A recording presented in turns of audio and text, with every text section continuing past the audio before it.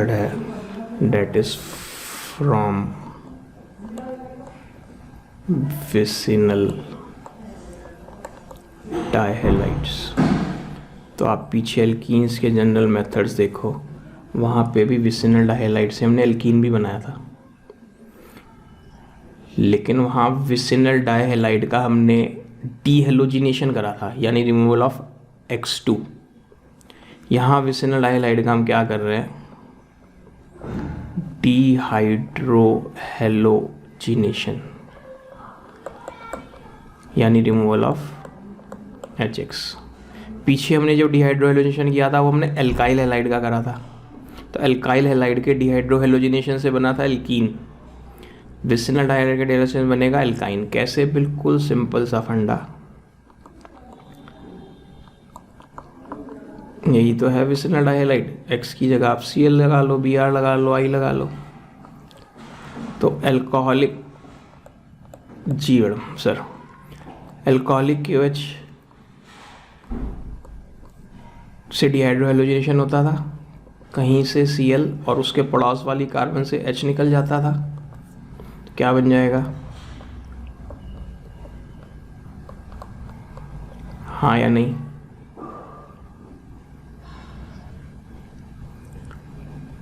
अब इसमें फिर से आप डिहाइड्रोहेलोजिनेशन कर दो। अनुकृति जी समझ आ रहा है नहीं? फिर से यहाँ ClH निकालो तो क्या बन गया? अभी नहीं आ रहा है?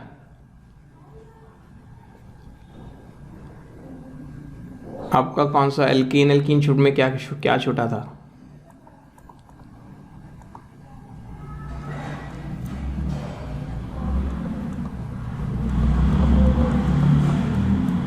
तो पहले स्टेप पे अल्कोहलिक KOH से डिहाइड्रोलेशन हो जाता है, लेकिन दूसरे स्टेप पे स्ट्रॉन्ग वाला चाहिए, तो इसमें कुछ कन्फ्यूज़न है। अगर आप सीधा स्ट्रॉन्ग वाला ही रख दो तो यहाँ तक पहुँच सकते हो। इस कंपाउंड का नाम भी बता सकते हो अगर लैमिनेट पेज आपके पास हो तो। इतनी चीज़ को वहाँ विनाइल कहा था लैमिनेट पेज पे।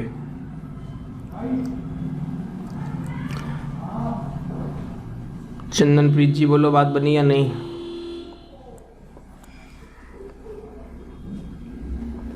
सरबजोत जी,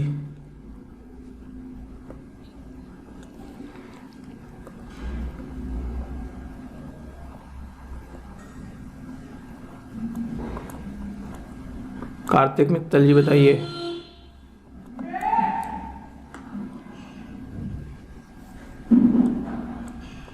फ्रॉम, हाँ जी बोलिए।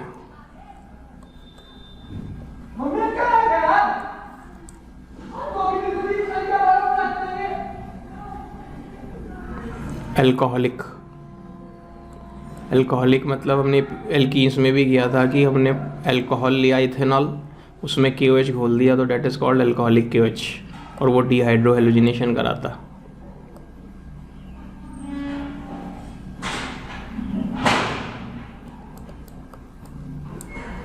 फ्रॉम टेट्राक्लोराइड्स क्या कराना है? डिहेलोजिनेशन, यानी रिमूवल ऑफ X2। कैसे? तो देखिए, क्या ये टेट्राक्लोराइड हो गया? थोड़ा सा चेंज कर देता हूँ जिससे आपको कुछ ताज़ा सा भी मिल जाए।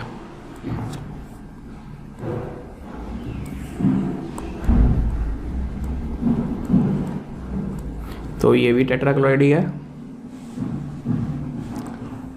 अब अगर आप इसे जिंक के साथ हीट करते हो तो एक Zn 2 Cl लेकर ZnCl2 बना लेगा, और इन दोनों के बीच में डबल बॉन्ड आ जाएगा जब ये दोनों Cl हटेंगे, और एक दूसरा Zn, तो यहाँ पर CH single bond C single bond CH3, इसके 2 बॉन्ड हटा दिए ऊपर नीचे का, इसके भी 2 हटा दिए, तो ये अपनी वैलेंसी ऐसे ही शांत कर सकते हैं।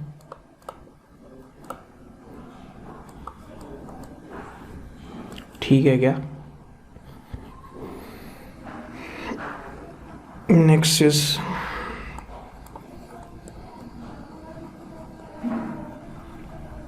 इंडस्ट्रियल प्रिपरेशन ऑफ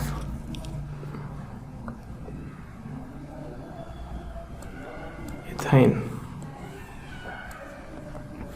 अब इंडस्ट्रियल प्रिपरेशन ऑफ इथाइन क्या है कि ये कंपाउंड आपने लिया, this is called calcium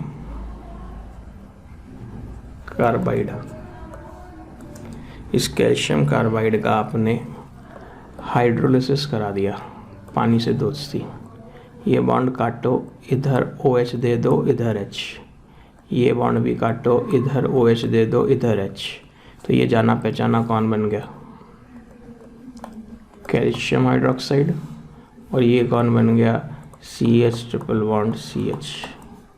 this is, या फिर इसी का दूसरा नाम एसिटाइलिन। तो ये इथाइन का इंडस्ट्रियल मेथड प्रिपरेशन भी है, यानी लार्ज स्केल पे इथाइन इस रिएक्शन की हेल्प से बनाया जाता है। ये जो फोर्थ पॉइंट है ये important for 12th convergence. Organic chemistry में क्वेश्चंस होते हैं, उन्हें कहते हैं कन्वर्जेंस, एक कंपाउंड को दूसरे कंपाउंड में चेंज करना। तो उसमें काम आता है ये, क्या है?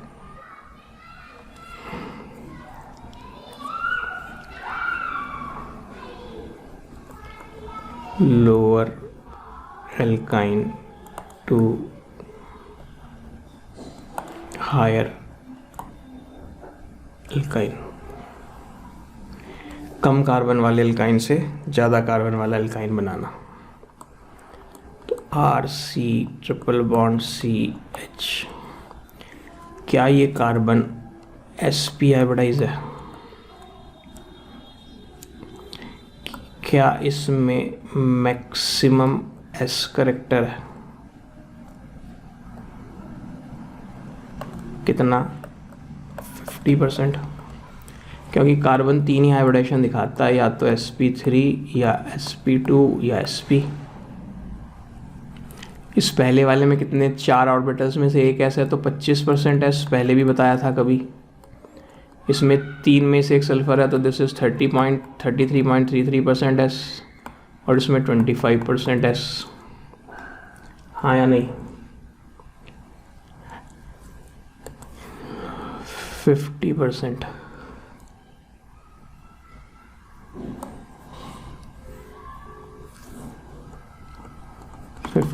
S, हाँ या नहीं?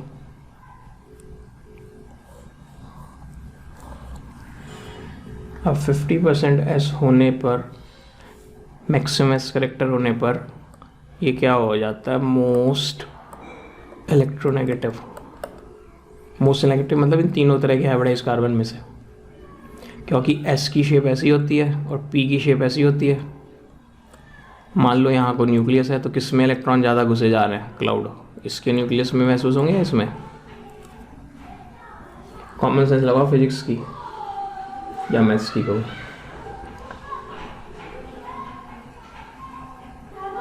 बोलो। मैं कह रहा हूँ कार्बन ऐसा ऑर्बिटल ऐसा होता है स्फेरिकल, P ऐसा होता है डम्बल। इलेक्ट्रॉन क्लाउड ज़्यादा अट्रैक्टेड इसके न्यूक्लियस में हो रहा है या इसके न्यूक्लियस में हो रहा है?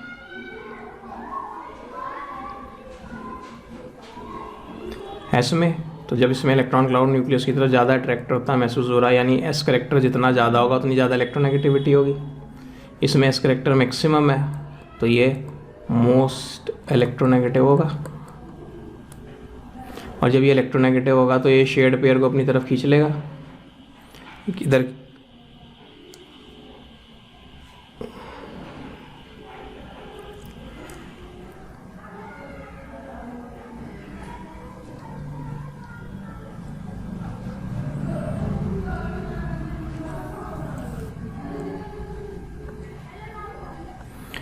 अगर ये कार्बन इलेक्ट्रोनेगेटिव हो जाए तो क्या ये शेयर्ड पेयर इसकी तरफ खिसक जाएगा? और खिसक जाए तो इसमें से H+ निकल जाएगा। और ऐसे में आपने रिएक्शन करा दी Na in presence of liquid NH3 से। तो यहाँ से H प्लस निकल कर उसकी जगह Na प्लस आ जाता है और क्या बन जाता है RC triple bond C negative Na positive. तो इस कंपाउंड को मैं क्या नाम दूँ,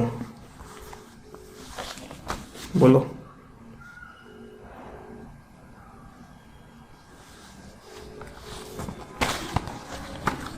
क्या कह रहे हो? सोडियम एल्काइनाइड Na और NaNH2 से क्या नाम हो गया? सोडियम, और ये पूरा नेगेटिव है ना, एल्काइन है तो एल्काइन का नेगेटिव हो गया तो एल्काइनाइड। अगर ये इथाइन होता तो सोडियम इथाइनाइड, प्रोपाइन होता तो सोडियम प्रोपाइनाइड। समझे क्या? अभी भी नहीं आया?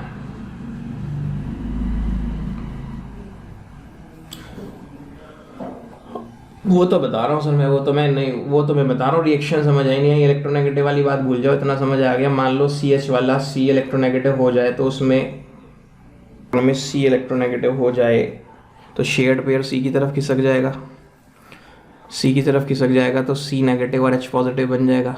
H पॉजिटिव बन जाएगा मतलब इसमें कुछ एसिडिक नेचर आ गई क्या?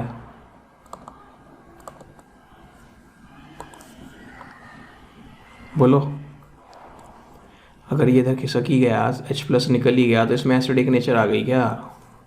कैसे आई अभी समझा रहा हूँ। इतना ये तो मान लो कि कोई चीज़ दुनिया में H प्लस देने को तैयार हो जाए तो आपको ये तो कहना पड़ेगा इसमें एसिडिक नेचर आ गई।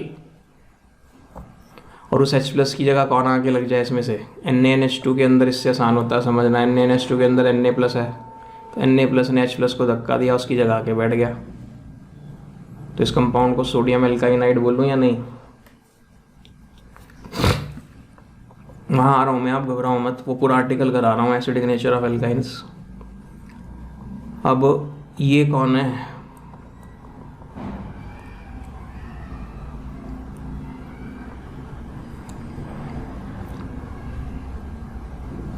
तो ये Cl ये Na को लेके भाग जाएगा। बोला था एल्कली मेटल को हैलोजन दिखे तो फौरन लेके भाग जाता।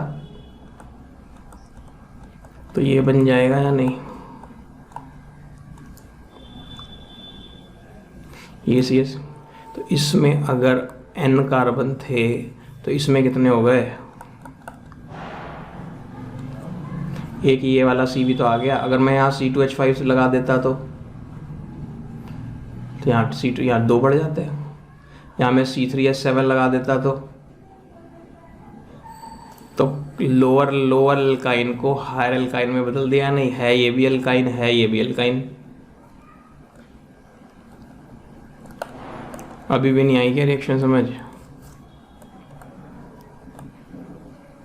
अभी एसिडिक नेचर वाला अभी समझा रहा हूँ दोबारा से, हेडिंग बना के आज ही समझा रहा हूँ, छोड़ा नहीं। ठीक है।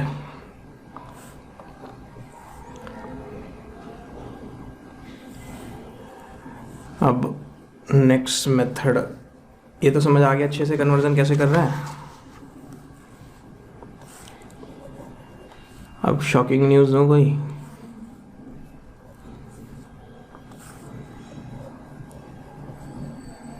तुम तो ऐसे ही शॉक हो गए।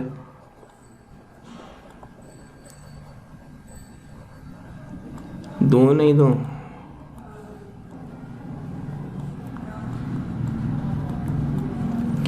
अब हमने एल्केन, एल्कीन, एल्काइन तीनों के जनरल मेथड्स ऑफ प्रिपरेशन पढ़ लिया। समझ आ गए? खुश हो?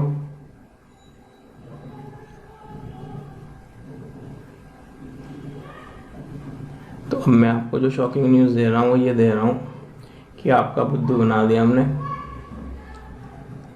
एल्केन, एल्कीन, एल्काइन बनाने के और 20-20, 30-30, 50-50, 100-100 मेथड और भी हैं सबके।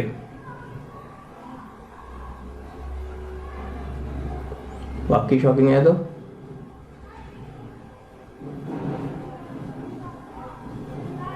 आपने तो पढ़ा ही नहीं, आपने तो पढ़ा ही नहीं। तो मैं पढ़ा नहीं सकता, मुझे आते नहीं, तो ये तो कोई बात नहीं हुई।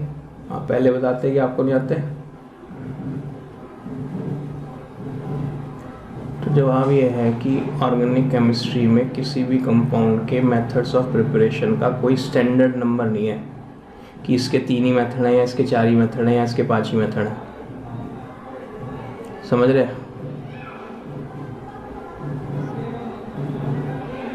कितने भी हो सकते हैं,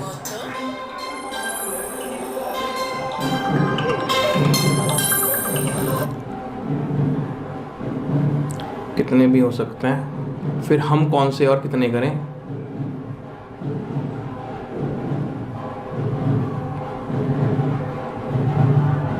बताओ। आपने इतने क्यों कराए? जब इतने सारे थे तो 2-4 और भी करा देते। क्या जवाब? कि हमने वही मेथड्स किए हैं जो हमारी एनसीईआरटी में दिए बने हैं।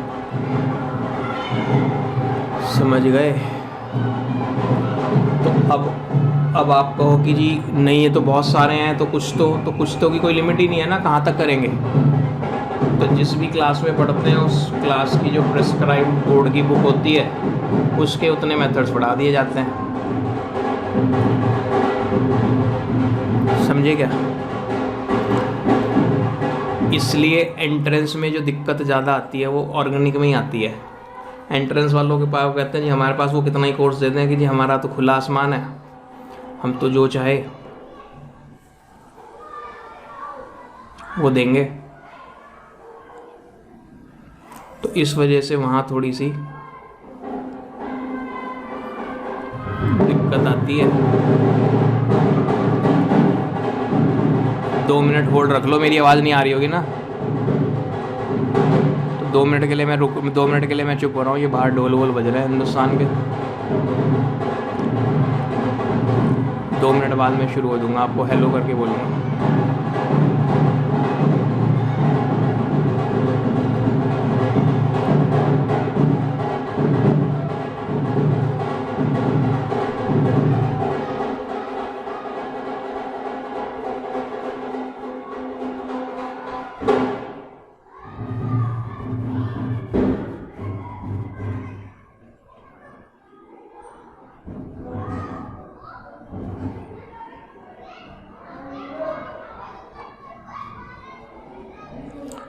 हेलो, आइए सर। तो इसलिए घबराना बिल्कुल नहीं है।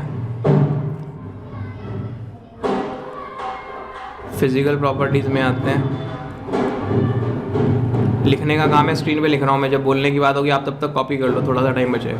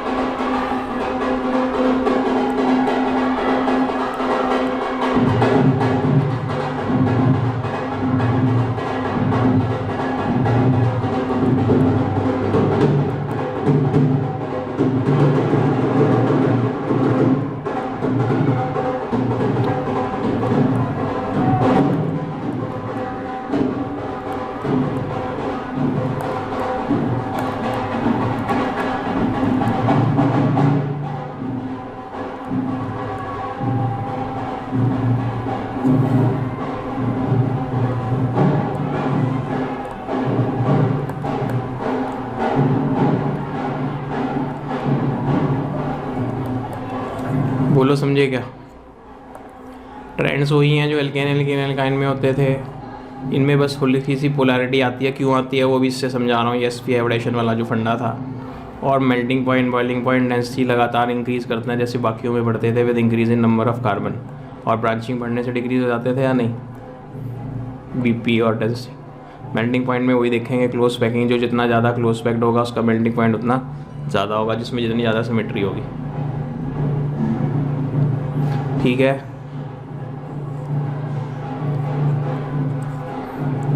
कोई डाउट है तो बोलो।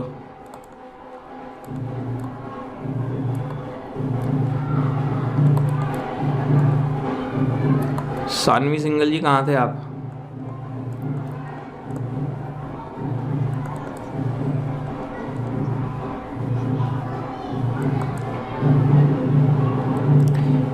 देखिए जी, नेक्स्ट केमिकल प्रॉपर्टीज़ में आते हैं। एसिडिक नेचर, जो बात आपको अभी समझ नहीं आई थी वो बात अब समझ आती है क्या?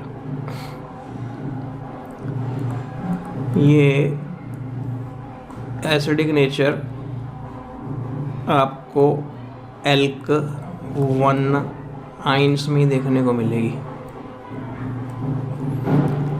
क्या मतलब है देखते हैं। क्या ये ईथ-1-आइन, क्या ये prop-1-आइन? 1 मेंशन करने की ज़रूरत ही नहीं है इनमें हालांकि, लेकिन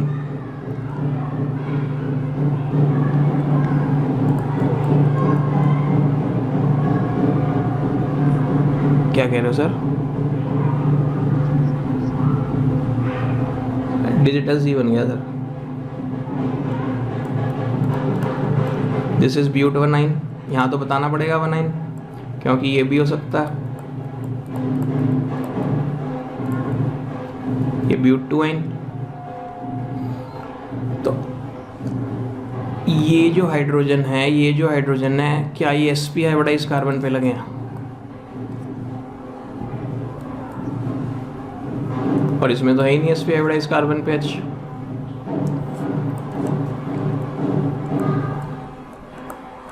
तो sp हाइब्रिडाइज कार्बन पे जिनमें H लगा होगा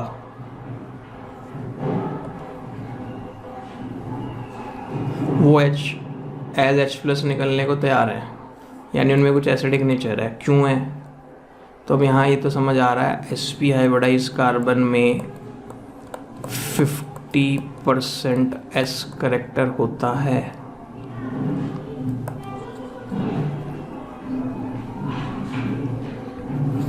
और जब उसमें 50% S करेक्टर होता है तो मैक्सिमम S करेक्टर है। C की शेप स्फेरिकल होती है, P की शेप डम्बल होती है, तो इसमें सब तरफ से इलेक्ट्रॉन क्लाउड सिमेट्रिकली न्यूक्लियस की तरफ अट्रैक्ट हो रहा है क्या? और इसमें सिमेट्रिकली क्लाउड अट्रैक्ट हो रहा है क्या? यहाँ से तो कुछ अट्रैक्ट करने को है ही नहीं, इधर से हो रहा, इधर से हो रहा, और वो भी सिमेट्रिकल नहीं है, तो फैला फैला सा हो गया क्या? डिस्टॉर्टेड सा हो गया क्या? तो ज़्यादा बढ़िया से इलेक्ट्रॉन क्लाउड कौन अपनी तरफ खींचते होंगे? S ऑर्बिटल वाले इलेक्ट्रॉन्स खींचते होंगे न्यूक्लियस की तरफ, या P वाले? पेनिट्रेशन इफेक्ट वर्ड से लिंक कर लो। पेनिट्रेशन इफेक्ट S में ज़्यादा था, P में S में ज़्यादा था। तो जब यहाँ जो sp हाइब्रिडाइज ऑर्बिटल है उसमें S करेक्टर मैक्सिमम है, तो उसका S ऑर्बिटल करेक्टर मैक्सिमम होने की वजह से ये शेयर्ड पेयर को मैक्सिमम अपनी तरफ खींच रहा होगा क्या? इसमें से H+ सबसे ज़्यादा निकलने की संभावना होगी क्या? आया आप भी या नहीं? तो इसलिए ये एल्क-1-आइंस जो हैं थोड़ा बहुत H+ दे देते हैं ज़बरदस्ती दादागिरी में। वाटर न्यूट्रल होता है, एसिडिक होता है?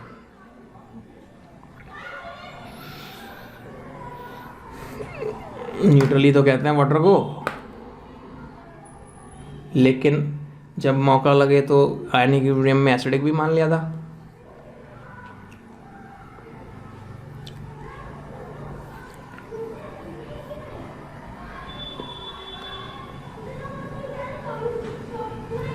तो अगर मैं आपसे पूछूं वाटर ज़्यादा एसिडिक या एल्क-1-आइन,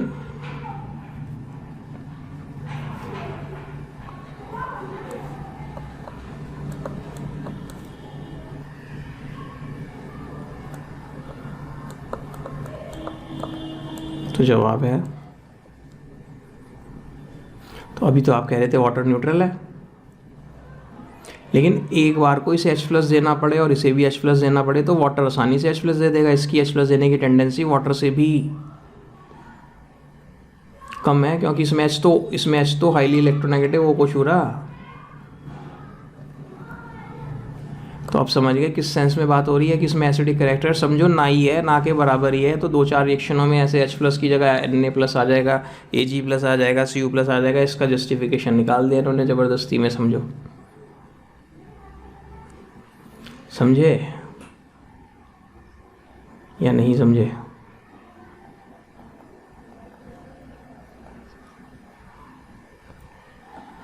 अब इसी बात से रिलेटेड इसकी 3 रिएक्शंस इन्होंने कर दी।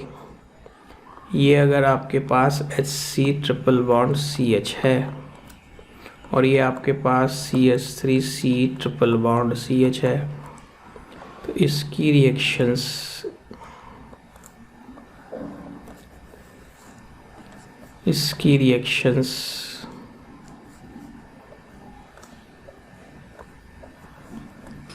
आप कराने जा रहे हैं, मान लो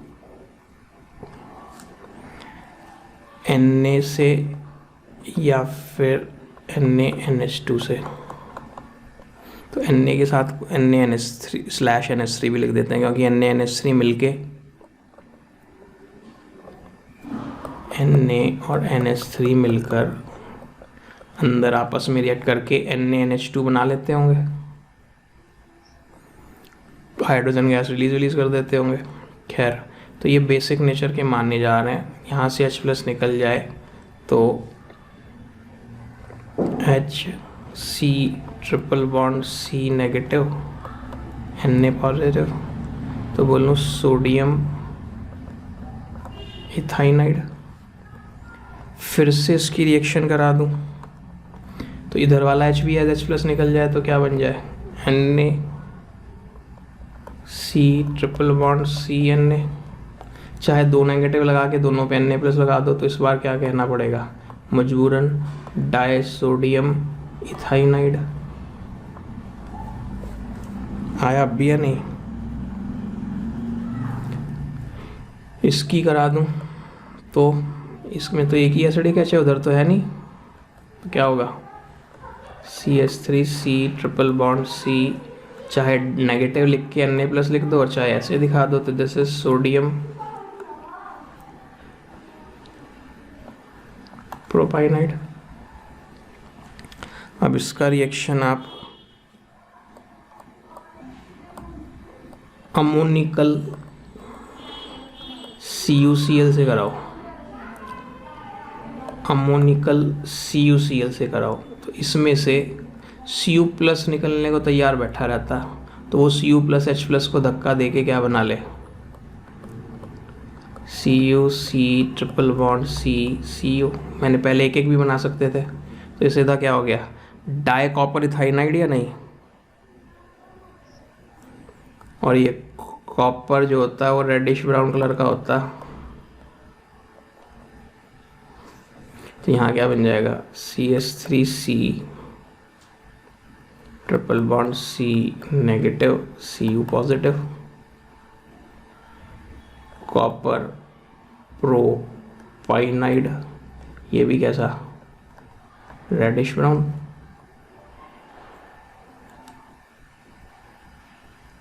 और मैं अगर इसकी रिएक्शन अमोनिकल AgNO3 से करा दूं तो इसमें Ag+ बैठा तैयार। एक चाहूँ तो सिल्वर इथाइनाइड, दोनों साइड कर दूँ तो डाई सिल्वर इथाइनाइड,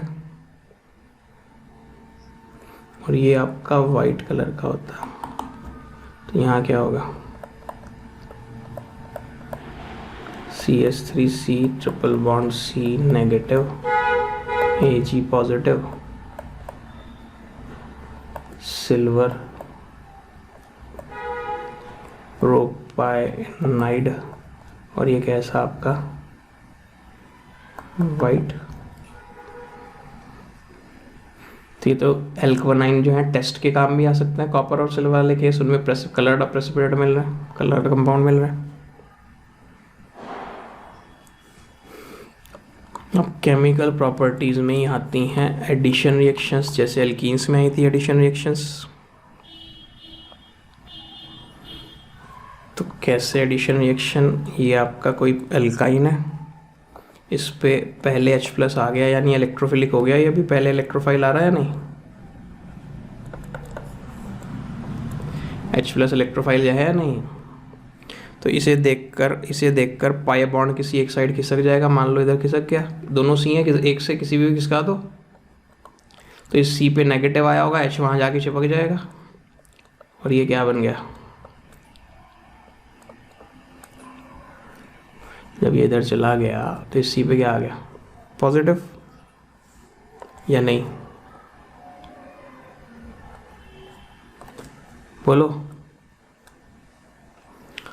अब H+ का कोई साथी भी रहा होगा नेगेटिव चार्ज वाला, मान लो था Z नेगेटिव, तो इस पे कौन आ जाएगा,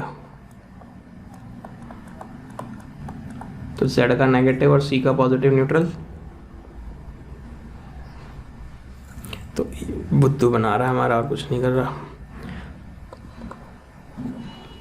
एडिशन ऑफ हेलोजेंस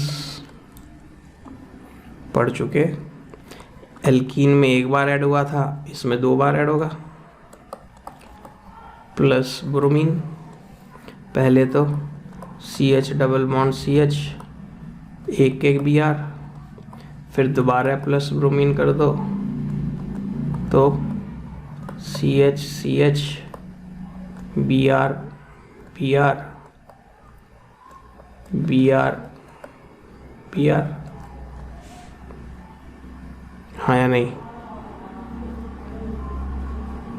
क्या tetra halide 1122 tetra bromo ethane, इसको ऐसे भी लिख सकता हूँ CH Br2 CH Br2। Next वाली रिएक्शन आप कर चुके हो, एडिशन ऑफ H2, कुछ याद आया,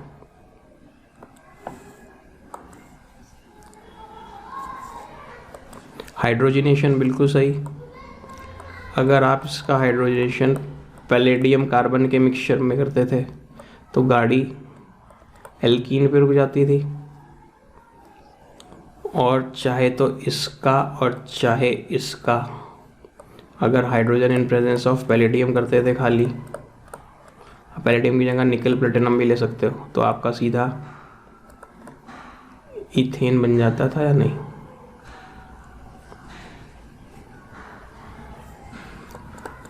तीसरा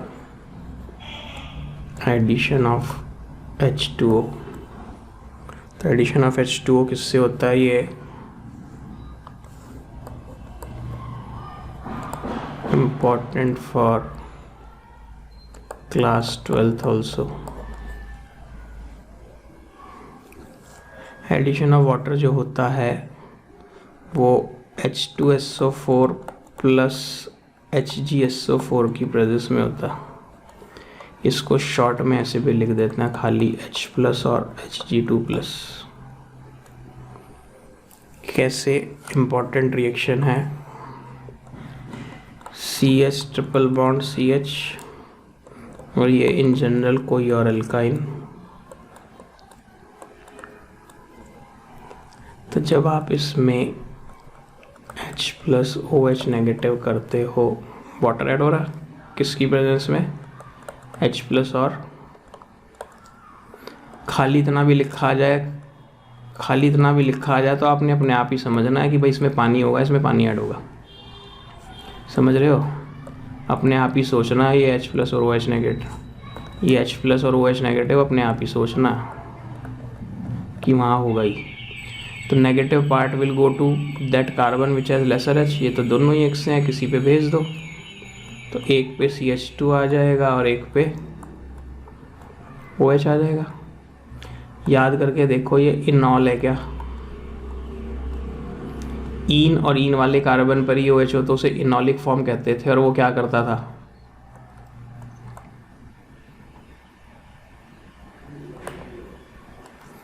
और टॉटोमेरिज्म करने पर H इधर आ जाता था और डबल बॉन्ड इधर आ जाता था, प्रोडक्ट क्या बन गया, CH3CH, दिस इज एसिटल्डिहाइड। और अब RC, अब OH negative will go to that which has lesser number of H, तो इन दोनों में लेसर H इस पे है, इस पे आएगा OH, this will be CH2, this is again in all, फिर से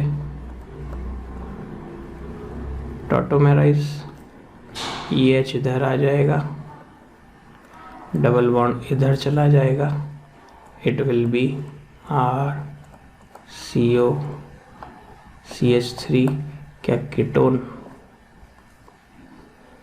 तो इथाइन अकेला एल्काइन है जो एल्डिहाइड देता है, बाकी दुनिया के किसी भी एल्काइन पे अगर आप वाटर ऐड करेंगे तो फाइनल प्रोडक्ट कोई ना कोई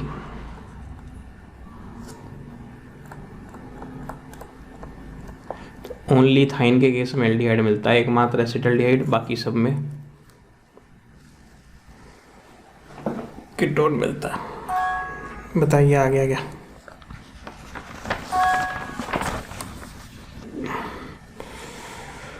कोई दिक्कत मेरा ख्याल नहीं। अब मेरा ख्याल इसकी लास्ट रिएक्शन एल्काइंस की पॉलीमराइजेशन। तो पॉलीमराइजेशन में 3 इथाइन लिए और रेड हॉट मेटल ट्यूब से निकाल दिए, टेम्परेचर भी 873 केल्विन। तो क्या हुआ,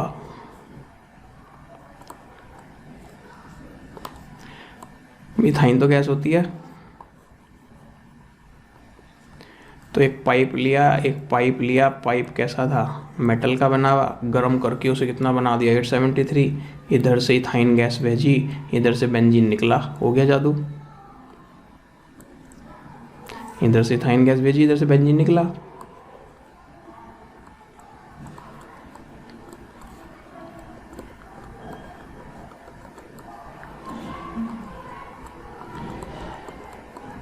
क्या ये इथाइन, ये बॉन्ड इधर गया, ये बॉन्ड इधर गया, ये बॉन्ड इधर गया, क्या बन गया,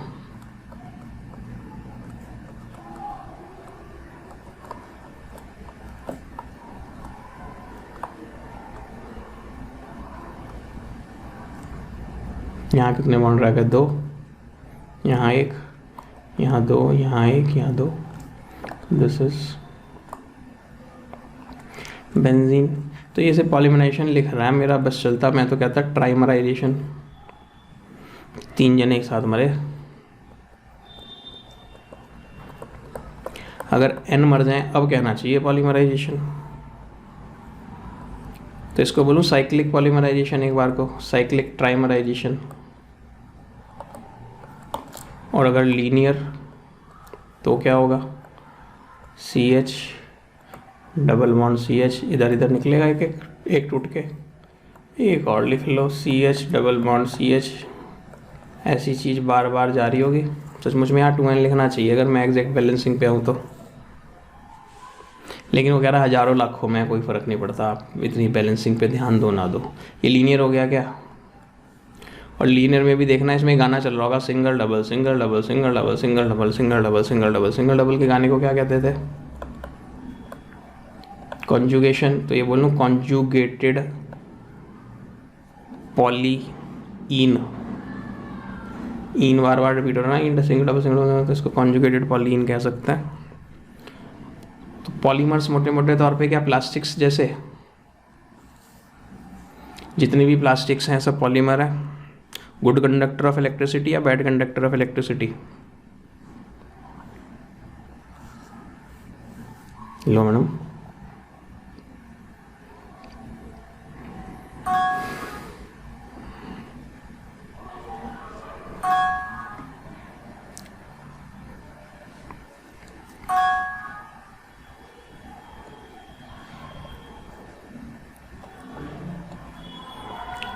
अंडर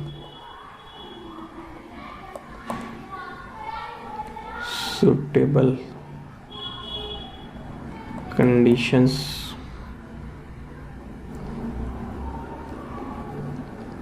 conduct electricity। तो ये जादुई पॉलीमर हो गया, ये सुटेबल कंडीशंस में इलेक्ट्रिसिटी कंडक्ट करने लगता। आप चाहोगे आपके मोबाइल की बैटरी पतली से पतली हो और लंबी से लंबी चले,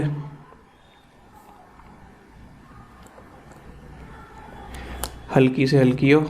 पतली से पतली का मतलब यही है जिससे आपका मोबाइल भी पतले से पतला हो जाएगा, जेब में प्रॉब्लम नहीं करे। पतली से पतली में आपको पता चले इसकी बनी हुई जो बैटरी होती है, बैटरी में इलेक्ट्रोड्स होते हैं। इतना तो पता होगा, बैटरी में इलेक्ट्रोड होते हैं, सेल में इलेक्ट्रोड होते हैं। तो इलेक्ट्रोड्स अगर मेटल के बने हैं और इलेक्ट्रोड अगर प्लास्टिक की पतली सी फिल्म बनी है, पॉलीथीन की फिल्म जैसी सी, तो कौन सा इलेक्ट्रोड पतला रहेगा, हल्का रहेगा?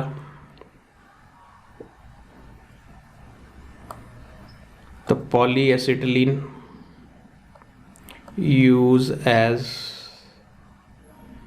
Electrode in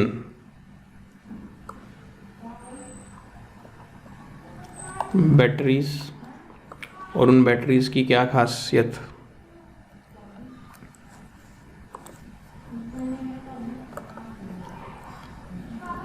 higher conductance. फायदे की बात क्या कि मेटल इलेक्ट्रोड्स के मुकाबले में इनमें कंडक्टेंस ज़्यादा है, हायर कंडक्टेंस देन मेटल। फिर लाइटर, मेटल से हल्की भी है, ये भी फ़ायदे की बात। और सबसे बड़ा फ़ायदा तो सारे फ़ायदे हो गए। तो लिथियम आयन बैटरी होती है आपके मोबाइल्स में ज़्यादातर, लिथियम आयन बैटरी सुना है ना? जो electric car, electric scooter, electric bike, सब में ज़्यादातर सब में लिथियम आयन बैटरी आ रही है। किसी ने लिथियम पॉलीमर बैटरी भी नाम सुना? किसी मोबाइल में आती है लिथियम पॉलीमर बैटरी, किसी बैटरी बैंक में लगी आती है लिथियम पॉलीमर बैटरी। तो मैं ये नहीं कह रहा वो यही होती है, मुझे नहीं पता इतनी गहराई से, लेकिन हाँ लिथियम पॉलीमर बैटरी ज़रूर होती है। और लिथियम पॉलीमर बैटरी की जो लाइफ होती है वो लिथियम आयन से भी ज़्यादा होती है। पता है क्या हमें? या मेरे सुर में सुर मिलाया?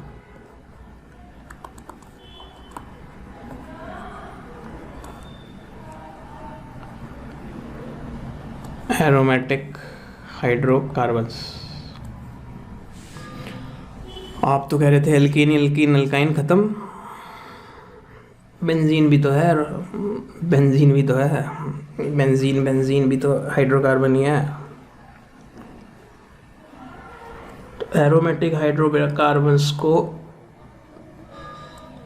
एरीन्स भी कहते हैं, ARENES। इन्हें एरोमेटिक क्यों कहा गया था? एरोमा मतलब स्मेल। तो शुरू में जो एरोमेटिक कंपाउंड्स थे उनमें कुछ खास किस्म की स्मेल आ रही थी, इसलिए इनका वर्ड नाम पड़ा था। अब बाद में सब में स्मेल नहीं है, फिर भी अब तो एरोमेटिक का क्राइटेरिया कुछ और हो गया। पहले स्मेल के बेसिस पे आया था एरोमा से। अब ये तो देख लिया एरोमेटिक हाइड्रोकार्बन में बेंजीन में अनसैचुरेशन है।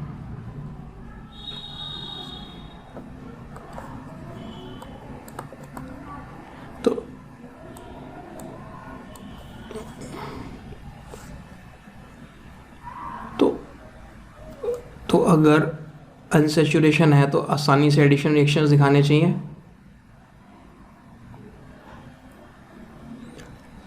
अनसैचुरेशन है तो आसानी से एडिशन रिएक्शन दिखाने चाहिए, और एडिशन रिएक्शन दिखाने चाहिए तो रिएक्टिव होने चाहिए, नॉन रिएक्टिव। लीस्ट रिएक्टिव तो एल्केन्स थे जिन्हें पैराफिन्स कहा था, param affinity, less affinity.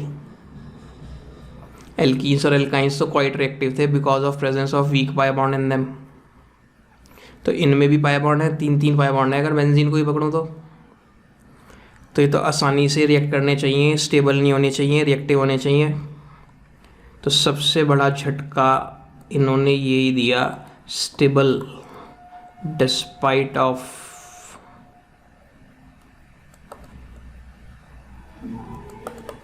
Unsaturation.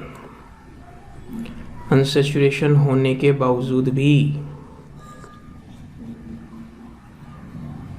Stable है।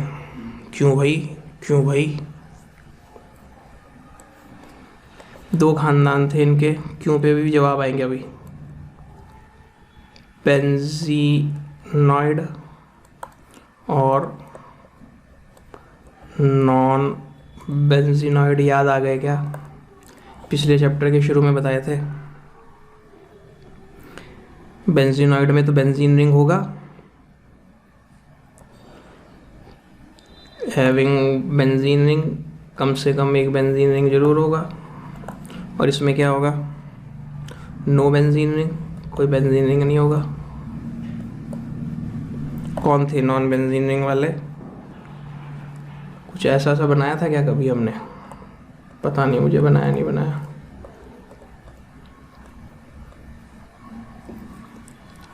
इसमें एक कोने पर 5 मेंबर्ड रिंग है और उसमें एक कोने पे एन आ गया, बेंजीन तो है नहीं। और इस कंपाउंड का नाम पायरॉल है। और बेंजीनॉइड में बेंजीन तो है ही है, एक ये कंपाउंड है। बेंजीन रिंग में साइड चेन पे आइसोप्रोपाइल लग गया। क्या आइसोप्रोपाइल? कुछ याद हो? इसका नाम लिखाया था मैंने, क्यूमीन।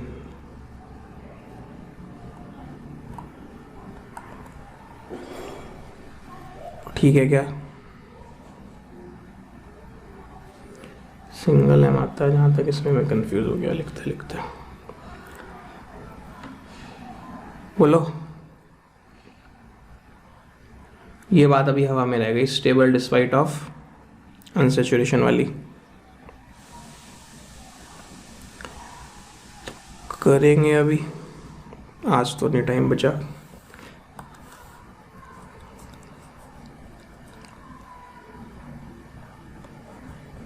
एक सेकेंड के लिए छोटी सी बात कर लेते हैं, इस पे वापस दोबारा आ जाएंगे कल को। Structure of benzene. अब बेंजीन के स्ट्रक्चर पे बड़ी लड़ाइयाँ हुई। C6 इसका मॉलिक्यूलर फॉर्मूला ये तो पता है या नहीं? बेंजीन को सेपरेट किया था, आइसोलेट किया था आइसोलेटेड बाय माइकल फैराडे नाम के बंदे ने। ठीक है,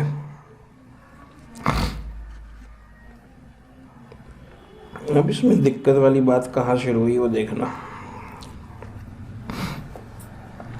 सबसे ज़्यादा वेल नोन फॉर्मूला जो माना जाता है, इसका रिप्रेजेंटेशन माना जाता है, वो ये माना जाता है जो केकुले साहब ने दिया था। एक ये भी है,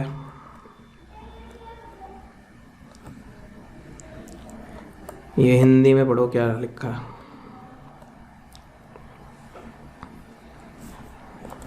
देवर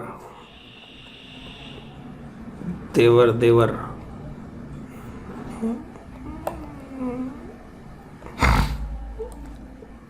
अब हमारे नाम पढ़ पढ़ के वो हंसते होंगे।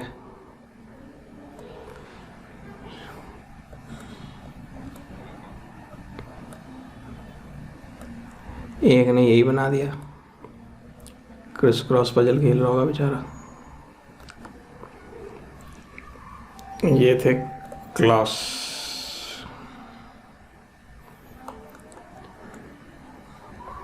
और एक उससे भी महान व्यक्ति प्रकट हुए, उन्होंने ये बना दिया।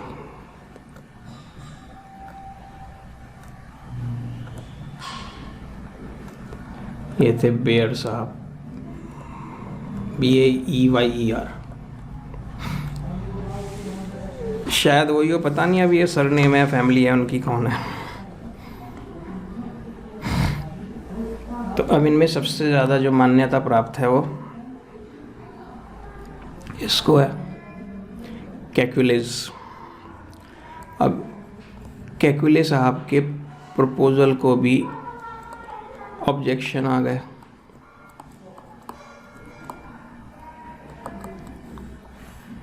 कैलकुलस फॉर्मूला या कैलकुलस प्रोजेक्शन क्या आ गए? लोगों ने कहा अगर डायब्रोमोबेंजीन बने, ऑर्थो डायब्रोमोबेंजीन, तो ऑर्थो डायब्रोमोबेंजीन दो तरह की हो सकते हैं।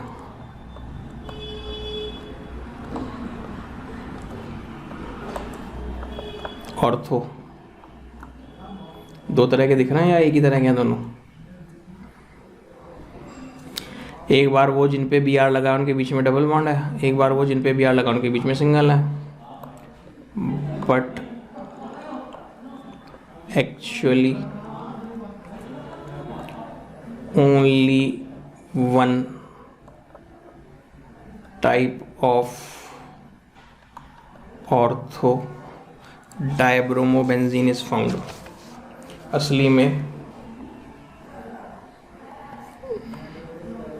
मिलता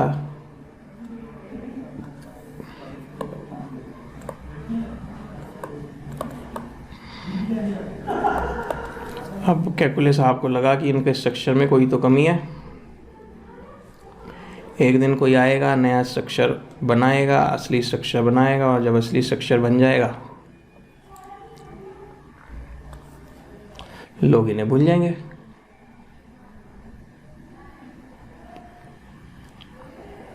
और लोग इन्हें भूल गए तो मामला गड़बड़ होगा।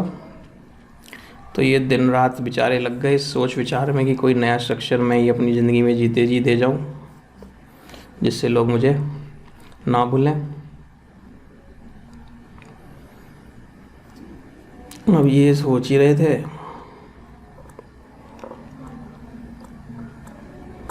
ये एक्सरसाइज का क्वेश्चन है जो मैं अब कर रहा हूँ।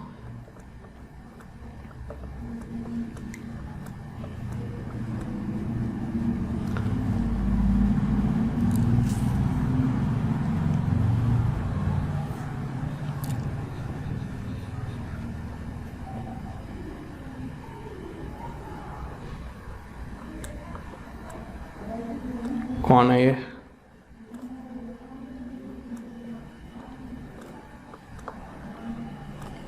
क्या ऑर्थोजाइलिन पढ़ाया होगा जब IUPAC पढ़ा रहे थे। जाइलिन वैसे तो असली में 1,2 डायमिथाइल बेंजीन। तो इसका ओजोनोलिसिस कराया गया। तो इसका ओजोनोलिसिस कराने पर ये झोपड़ी एक ही साइड पे बना दी इनमें, अंदर बनाने में तो सरदर्दी हो रही थी।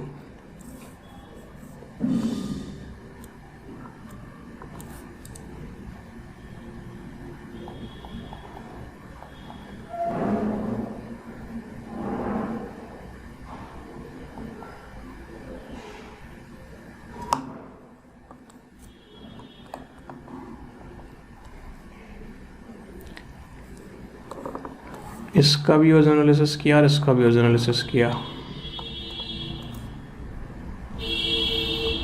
ठीक है, तो इसके ओजोनोलिसिस से ये बनेगा।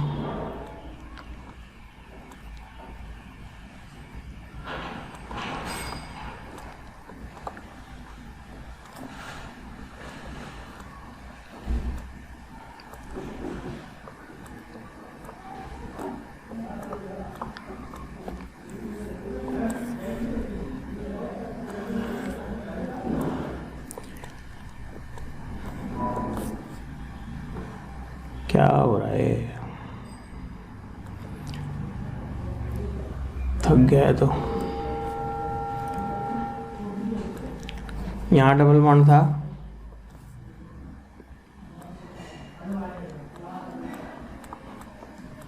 यहाँ डबल बॉन्ड था,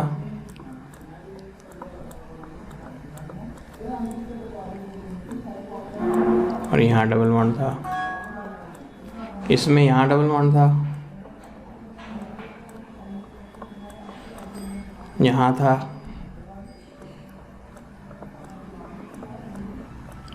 और यहाँ था।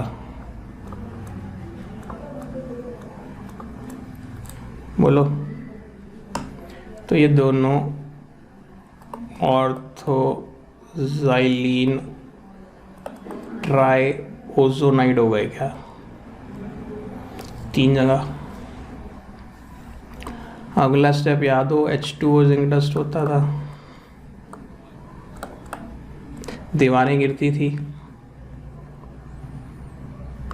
अब देखो ये दीवार ऐसे गिरी,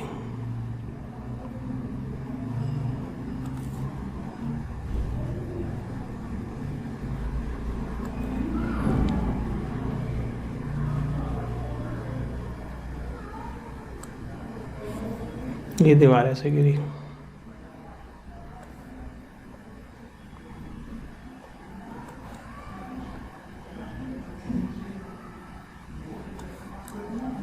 ठीक है, अब देखना यहाँ क्या प्रोडक्ट बनेगा। ये C पे एक CH3,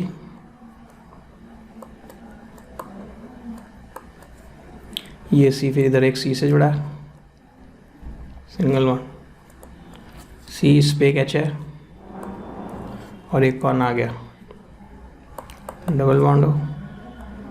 इस पे भी एक H है क्या? नहीं, इस पे तो कोई H नहीं है। वैलेंसी पूरी होगी कार्बन की 4। अब ये ध्यान दो, इस पे कौन है, C पे एक CH3 और एक ये क्या बन जाएगा, डबल बॉन्ड हो, ये वाला हो। और इधर इस पे ये CHO, तो यही बन गया ना 2। और इसमें क्या होगा, ये CHO और ये वाला C से जुड़ा है, CHO। बोलो, और यहाँ ये CHO, ये भी कौन, CHO 2 और वो कौन,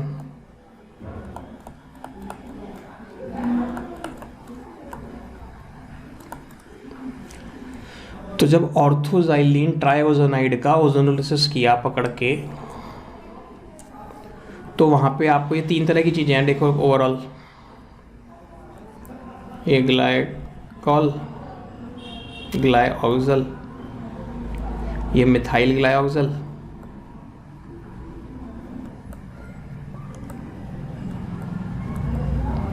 और ये डाइमिथाइल ग्लाइऑक्सल।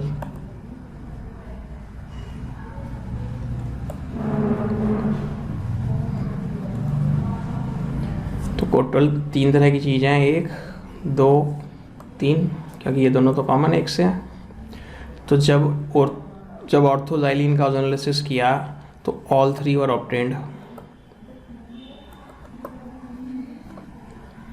इसका मतलब ऑर्थोजाइलीन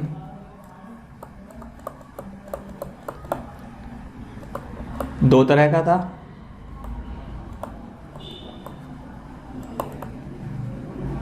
to types, therefore supported Kekule's structure. अब कैकुलस साहब इसे सोचें तो खुश हो जाते होंगे, नहीं मेरा सही है, और इसे सोचे तो दुखी हो जाते होंगे, नहीं मेरा एक दिन गलत हो जाएगा। तो कुछ जुगाड़ लगाऊं तो कहते हैं वो एक दिन सोचते हुए सो गए टेबल पे, कहीं पे बैठे हुए उन्होंने क्या देखा, एक बेंजीन रिंग है और उसके अंदर बीच में एक सांप बैठा है गोला सर्कल मार के, और उसका ये मुंह खुला हुआ है। वो अपने मुंह खोल के अपनी पूंछ को मुंह में बंद करता है, छोड़ता है, बंद करता है, छोड़ता है। कैकुलस साहब आँख खुले कहते हो गया। पूंछ बंद कर ली तो सर्कल बन गया, पूंछ छोड़ी तो सर्कल खुल गया। तो इसको उन्होंने कह दिया ऐसे लाया, सब जगह से एक जैसा है, मूंछ बंद खुल बड़ी तेजी से हो रही, तो ये हो गया कैकुलस डायनेमिक फार्मूला। डायनेमिक समझ गया, जैसे डायनेमिक रेजोनेंस में था, उसमें था इक्विलिब्रियम में डायनेमिक ही हो गया, फिर तो खुल रहा बंद हो रहा